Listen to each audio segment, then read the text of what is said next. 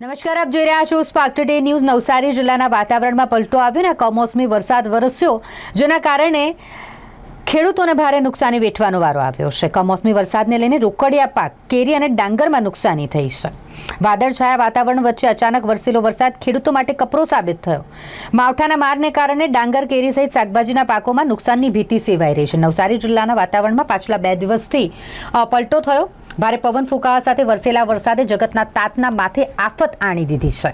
નવસારી શહેર સહિત જિલ્લાના ગ્રામ્ય વિસ્તારોમાં ગતરોજ થયેલા માવઠાના કારણે ખેડૂતોને વ્યાપક નુકસાનની ભીતિ છે। જિલ્લાનો મુખ્ય ઉનાળુ પાક ગણાતો કેરીના બગીચાઓ, જેમાં ફળ માખીનો ઉપદ્રવ વધવા સાથે ભારે પવનને કારણે કેરીના ફળ આંબા પરથી ખરી પડ્યા। બીજી તરફ ડાંગરનો તૈયાર થયેલો પાક પણ પવન ફૂંકાતા ધરા પર ઢળી પડ્યો।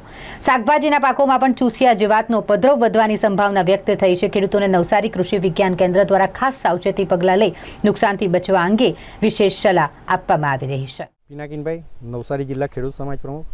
ખાસ કરીને અત્યારે જે આ મે મહિનાના પહેલા અઠવાડિયામાં કમોસમી વરસાદ જે આગાહી પ્રમાણે થઈ ગયો અને ગઈકાલે સાંજથી આ વિસ્તારમાં, સંપૂર્ણ વિસ્તારમાં નવસારી જિલ્લામાં જે વરસાદ રાતભર વરસ્યો, તો એના કારણે જે ડાંગરનું અહીંયા મુખ્ય પાક હોય ઉનાળા દરમિયાન, અને ઉનાળુ ડાંગરનો પાક પણ સારો આવતો હોય, પરંતુ એ જે વરસાદ થયો એના કારણે ખાસ કરીને અહીંયાના ખેડૂતોને 30 થી 35% જેટલો પાક જમીનદોસ્ત થઈ ગયો છે। અને જો આ આવનારા હજી 2 દિવસ જે વર્તારો છે તે પ્રમાણે જો વરસાદ વરસે તો એમાં નુકસાન વધવાનું છે। કેમ કે આને પછી એ જે તૈયાર થયેલો ડાંગરના દાણા એ ઉગી નીકળવાની શક્યતા રહે અને એનું પરાળ બી કદાચ સડી જાય એવી સંભાવના છે, કારણ કે આ પાણી સુકાતા જ વધારે દિવસ જાય। બીજી તરફ અહીંયાના મુખ્ય 2 જે ફળ પાકો કેરી અને ચીકુ, તેમાં કેરીમાં મોટું ખરણ આવ્યું અને જે કેરી ખરેખર વેચવાની જ હતી અને તે ટાઈમે જ બધો ખર્ચો કરી ચૂક્યા પછી જે આવક મેળવવાની ને એવા સંજોગોમાં આજે 3 દિવસ વરસાદ વરસવાનો, પહેલા દિવસના વરસાદમાં જ કેરીમાં બી લગભગ જે પાક ઓછો હતો તો તે જોતાં બી લગભગ 25 થી 30% જેટલું કેરીના પાકમાં નુકસાન છે અને એ કેરી ઝાડ પરથી નીચે પડતા ફાટી જાય, એટલે એ કંઈ જ ઉપયોગમાં આવે એવું નથી। એટલે ખેડૂતોએ એ આવક, એક તો ઓછું ઉત્પાદન આવવાનું અને તેની સામે આ પરિબળના કારણે જે કેરી પકવતા ખેડૂત એને નુકસાની થવાની અને કદાચ દેવામાં ઘૂસે એવી શક્યતા દેખાઈ રહેલી છે।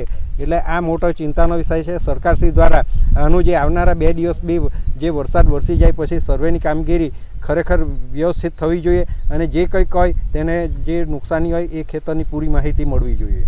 નમસ્કાર ખેડૂત મિત્રો, દક્ષિણ ગુજરાતમાં જોવા જઈએ તો છેલ્લા 2 દિવસમાં વાતાવરણમાં એટલે કે હવામાનમાં પલટો આવે છે, ફેરબદલ જોવા મળે છે અને ગઈકાલે આપણે કમોસમી વરસાદ પણ દક્ષિણ ગુજરાતમાં થયો છે। તો આવા સંજોગોમાં દક્ષિણ ગુજરાતમાં મુખ્ય પાક આંબા એટલે કે કેરી, ડાંગર અને અન્ય શાકભાજી પાકોમાં નુકસાનની ભીતિ સેવાઈ રહી છે અને ખેડૂતોમાં પણ એના વિશે ચિંતા વધી છે।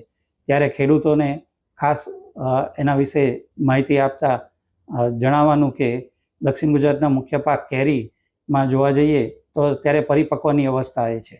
તો એવા સંજોગોમાં જો કેરી પરિપક્વની અવસ્થાએ હોય તો એમાં ડાઘા લાગવાની શક્યતા છે।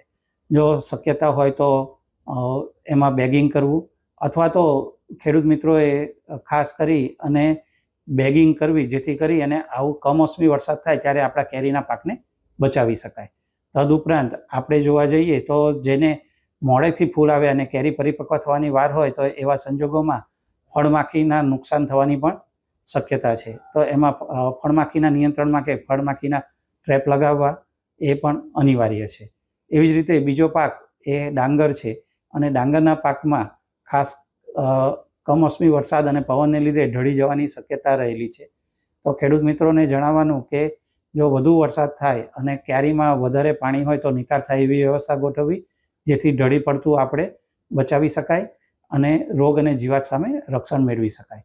તદુપરાંત જો પરિપક્વ થવાની વાર હોય તો અથવા કાપણીમાં થોડીક વાર હોય તો ખેડૂત મિત્રોને ખાસ જણાવવાનું કે એને યોગ્ય સમયે કાપણી કરવી અને એને અલગથી લઈ જઈ અને ખડામાં સૂકવવું અને પછી એને આપણે બજારમાં લઈ જવું, જેથી કરીને સારા ભાવ મળી શકે।